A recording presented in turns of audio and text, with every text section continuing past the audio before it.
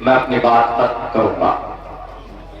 تو ہم یہی سمجھتے ہیں آج کے زمانے کہ ہمارا بچہ اگر مدرسے میں پڑھے گا عالم دین زیادہ سے زیادہ بن سکتا ہے، وہ حافظ قرآن بن سکتا۔ ایسا نہیں ہے۔ اغیار تو آپ پر سوال کرتے ہی ہیں کہ اگر آپ کو دنیا میں سکسیس ہونا ہے، if you want to be a successful person and you have to choose the other part، اگر آپ کو بڑا بننا ہے تو آپ یہ مدرسے اور قرآن سے نکلیے، کوئی دوسرا راستہ چوز کیجیے۔ یہ اغیار ہم سے کہتے ہیں۔ لیکن کیا قرآن کی تعلیمات کے ساتھ ساتھ کیا ہم مہان نہیں بن سکتے؟ کیا ہم بڑا نہیں بن سکتے؟ ہم بن سکتے ہیں۔ صرف دنیا میں نہیں، یہ صرف بھارت میں نہیں بلکہ پوری دنیا میں قرآن پڑھنے والوں کا احسان ہے۔ صرف اس لیے نہیں کہ یہ قرآن اللہ کا کلام ہے، پڑھیں گے، اللہ سے دعا کریں گے تو اللہ اس دنیا کو محفوظ رکھے گا، شر و فساد سے حفاظت ہوگی، نہیں، پریکٹیکلی عملی اعتبار سے قرآن پڑھنے والوں کا ایسا کارنامہ رہا ہے اس زمین پر، اس پرتھوی پر، کہ دنیا کے اور جو اغیار ہیں اور جو قومیں ہیں ان کا نہیں رہا ہے جتنا قرآن پڑھنے والوں کا رہا۔ بہت سے لوگ سوال کرتے ہیں کہ قرآن کریم sent down to the earth 1400 years back، یہ 1450 سال پہلے، 1400 سال پہلے قرآن نازل ہوا، یہ تو اس سمے کے لیے تھا۔ آج اگر ہم آگے بڑھنا چاہیں، اگر آج ہم کوئی آدھونک کام کرنا چاہیں تو یہ قرآن کیسے میں گائیڈ لائن کر سکتا ہے؟ قرآن تو پرانا ہے۔ جیسے اکبر کے زمانے میں اکبر کو ان کے درباریوں نے کہا تھا کہ یہ اکبر بادشاہ سلامت، اس دین کو جو پرانا ہو چکا ہے اس کو بدل دیجئے آپ۔ تو نیا دین، نئی شریعت انہوں نے نافذ کی تھی دین الہی کے نام سے۔ آج کے زمانے میں سیم پیٹرن ہے، سیم آبجیکشن، سیم سوالات، اعتراضات قرآن کے تعلق سے۔ لیکن ایسا نہیں ہے۔ یہ قرآن اللہ نے 1450 سال پہلے اس دھرتی کے اوپر اتارنا شروع کیا، 23 سال میں مکمل ہوا۔ تو دا ڈے آف ججمنٹ، جہاں جہاں پر جس سمے میں اس کی ضرورت پڑے گی یہ قرآن گائیڈ لائن کرے گا، ہمیں راستہ دکھائے گا۔ صاف لفظوں میں وَتِبْيَانًا لِكُلِّ شَيْءٍ، everything mentioned، everything Allah subhanahu wa ta'ala said in the Holy Quran۔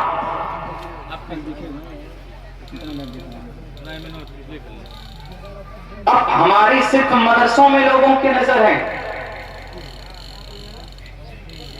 ہمارے مسلم میں بھی ایسے لوگ ہیں جو سوچتے ہیں کہ نہیں پڑھائیں گے اپنے بچوں کو ہم مدرسے میں، پڑھا کر بچہ ہمارا حافظ بنے گا، مرنے کے بعد ہے مرتبہ، جانتا ہوں میں، لیکن اس دنیا کے اندر زیادہ سے زیادہ وہ بچہ حافظ قرآن بن کر کسی مسجد میں، کسی مدرسے میں پڑھائے گا تو 10,000 سے کم کی اس کی سیلری ہوگی، اس سے روزی روٹی کا مسئلہ حل نہیں ہو رہا ہمارا۔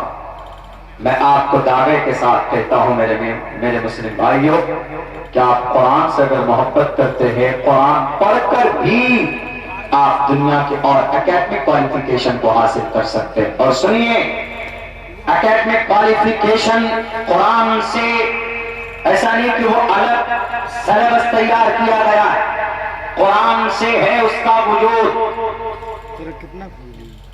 ہمارے علماء اس پر اگر کم توجہ کرتے ہیں، چونکہ زیادہ ان کی فکر ہوتی ہے کہ شریعت اور دین کھل کر لوگوں کے سامنے آئے، لیکن ایسا نہیں ہے۔ ایک آدمی سوال کرتا ہے کہ مولانا عبداللہ بہت بات کرتے ہیں آپ، لقد کان لکم فی رسول اللہ اسوۃ حسنہ، کہ محمد رسول اللہ کی زندگی ہر ایک انسان کے لیے ایک اسوہ ہے، بہترین میتھڈ ہے۔ آپ بتائیے، right now, recently, I want to travel from Sitamarhi and to Delhi۔ ہم دلی جانا چاہتے ہیں، بڑی تیزی کے ساتھ جائیں گے، آپ کے محمد کی زندگی کو فالو کریں گے، یا تو اونٹ پر جانا ہوگا یا گدھے پر جانا ہوگا یا گھوڑے پر جانا ہوگا. اگر اونٹ پر سواری شروع کریں گے، آپ یہاں سے سفر شروع کریں گے تو آپ دلی کتنے دنوں میں پہنچیں گے؟ 2-3 دن لگ جائیں گے. آج کے زمانے میں کوئی اونٹ پر بیٹھے گا تو لوگ کہے گا بے وقوف ہے، لیکن آپ کہہ رہے ہیں کہ محمد رسول اللہ کی زندگی آج بھی اسوہ ہے، بہتر میتھڈ ہے. تو کیسے آپ علیہ السلام کی زندگی کے اندر میں تیز رفتار سواری کا تذکرہ نہیں ہے؟ اس لیے محمد رسول اللہ کی زندگی ابھی کے لیے منافع نہیں، ابھی کے لیے فائدہ مند نہیں ہے. ابھی کے لیے we are helpless، ابھی کے لیے ہم مجبور ہیں. مجبور ہو کر ہم بلٹ ٹرین کا، راجدھانی کا، ایویشن کا، ایئر بیس کا سہارا لیتے ہیں، راکٹ کا سہارا لیتے ہیں. یہ تو اغیار کے بنائے ہوئے ہیں نا. تو آپ کے محمد رسول اللہ کی زندگی ختم ہو گئی 1450 سال پہلے. اب تو ہم دنیا والوں کے مجبور ہوئے، دنیا والوں کے یہ جو نئے آوشکار ہیں.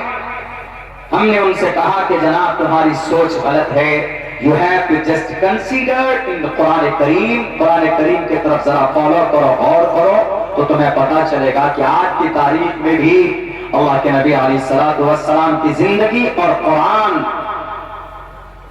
دنیا کی کوئی ایسی تیز رفتار سواری نہیں ہے جو قرآن میں جو مینشن ہوا ہے اس کا مقابلہ کر سکے. سب سے زیادہ تیز رفتار سواری کیا؟ ہوائی جہاز. 1 گھنٹے میں 1000 کلومیٹر. راکٹ سے جائیں گے تو 1 گھنٹے میں تقریباً 1500-2000 کلومیٹر. اس سے زیادہ تیز رفتار سواری نہیں. لیکن آپ یاد کیجئے اس وقت کو جب نبی پاک علیہ السلام مکہ المکرمہ سے، ام ہانی کے گھر سے جب آپ نے سفر شروع کیا تھا، اس براق پہ بیٹھ کر آپ چند سیکنڈوں میں کہاں گئے تھے؟ بیت المقدس گئے. وہاں سے چند لمحوں میں پہلے آسمان پر، دوسرے آسمان پر، تیسرے آسمان پر، چوتھے، پانچویں، چھٹے، ساتویں بیت معمور پر چند سیکنڈوں میں. آج دنیا نے اربوں روپے خرچ کیے تو حد سے حد وہ کہاں پہنچ پائے ہیں؟ چاند پر پہنچ پائے. اتنے پیسے خرچ ہونے کے باوجود and you reached the moon، آپ صرف چاند پر گئے ہو جناب. 7ویں آسمان پر جاتے جاتے قیامت آ جائے گی، دنیا کا خاتمہ ہو جائے گا. لیکن ہمارے نبی کو دیکھو، نبی پاک علیہ السلام 1450 سال پہلے چند سیکنڈوں میں زمین سے لے کر عرش معلیٰ تک، بیت معمور تک، وہاں سے لے کر عند سدرۃ المنتہی ثم دنا فتدلی فکان قاب قوسین او ادنی، اللہ کے قریب ہو کر کے آئے. کوئی ماں ایسی نہیں ہے جو ایسا بچہ پیدا کیا ہو، جنا ہو کہ جو آسمان کو چھو کر آیا ہو. لیکن ہمارے نبی ہیں جو براق پر بیٹھ کر 7 آسمان، چاند، سورج، جناب دوزخ اور جنت، سب جگہ ہر طرف سے سفر کر کے زمین کے اوپر چند سیکنڈوں میں پہنچ جاتے ہیں. اور اس کی تیز رفتار، اس سواری کی رفتار کتنی تھی براق کی؟ جہاں تک آپ کی پہلی نگاہ دیکھ سکتی ہے اس کا ایک قدم وہاں پر جا کر پڑتا تھا. کرو پیدا تم ایسی سواری نہیں کر سکتے تم قیامت تک. اس کا وجود قرآن میں ہے. قرآن کو دقیانوسی خیال مت سمجھو.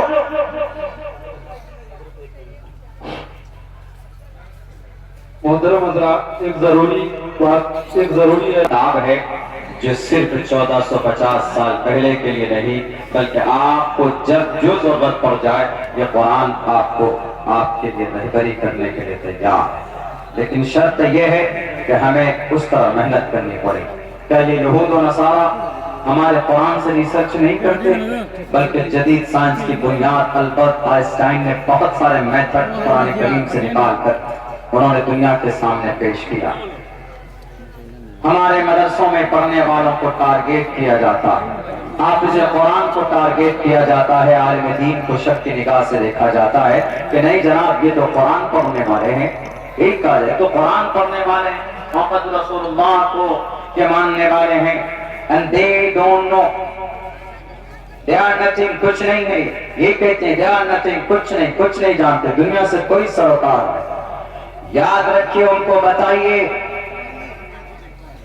کہ تم پر دنیا، بلکہ دنیا پر قرآن پڑھنے والوں کا، عالم دین کا، مدرسے میں کام کرنے والوں کا احسان ہے محترم۔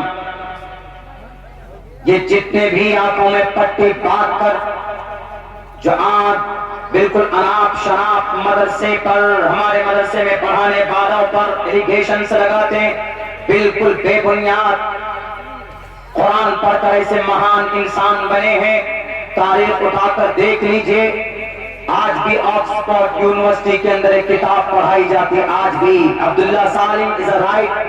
I'm going to tell the truth. میں آپ کو سچ بتانے جا رہا ہوں، سچ بتا رہا ہوں، جھوٹ نہیں ہے، میری عادت نہیں ہے میرے بھائیوں۔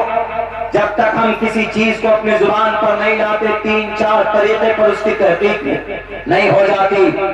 تحقیق کرنے کے بعد جب آتھینٹک ہو جاتا ہے تب آپ کے سامنے رکھتا ہوں میں، اور ہمارے علماء کی یہ عادت رہی، اور اللہ کا فرمان بھی ہے، اللہ کے نبی کی حدیث بھی ہے، کوئی بھی بات جھوٹی لوگوں کے سامنے میں مت پھیلاؤ، ورنہ for being alive it is enough to spread the message and they don't try to the truth۔ آپ اس کو تحقیق کیے بغیر لوگوں کے سامنے رکھتے ہیں تو آپ سے بڑا کوئی جھوٹا نہیں ہو سکتا۔ یہ بات میں بالکل 100 بار قسم کھا کر کہہ سکتا ہوں۔ آکسفورڈ یونیورسٹی میں کتاب پڑھائی جاتی، جو لوگ میڈیکل لائن کے اسٹوڈنٹ ہیں وہ آپ کو بتائیں گے۔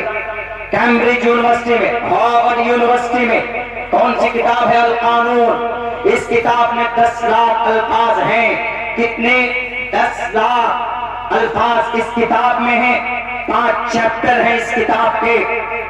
اس کتاب کو آج بھی میڈیکل اور MBBS MD کے جو اسٹوڈنٹ ہوتے ہیں ان کو پڑھایا جاتا ہے۔ اس کے اندر ٹاپک کیا ہے؟ مضامین اس کتاب میں کیا ہے؟ Theory and practice of medicine. Theory and practice of medicine, دوائیوں کے مضامین ہیں، دوائی کو کیسے استعمال کرنا ہے، میڈیسن کیسے یوز کرنا ہے، آپ کیسے مہان ڈاکٹر بن سکتے ہیں، اس ٹاپک کے اوپر اس پہ چرچا کیا گیا۔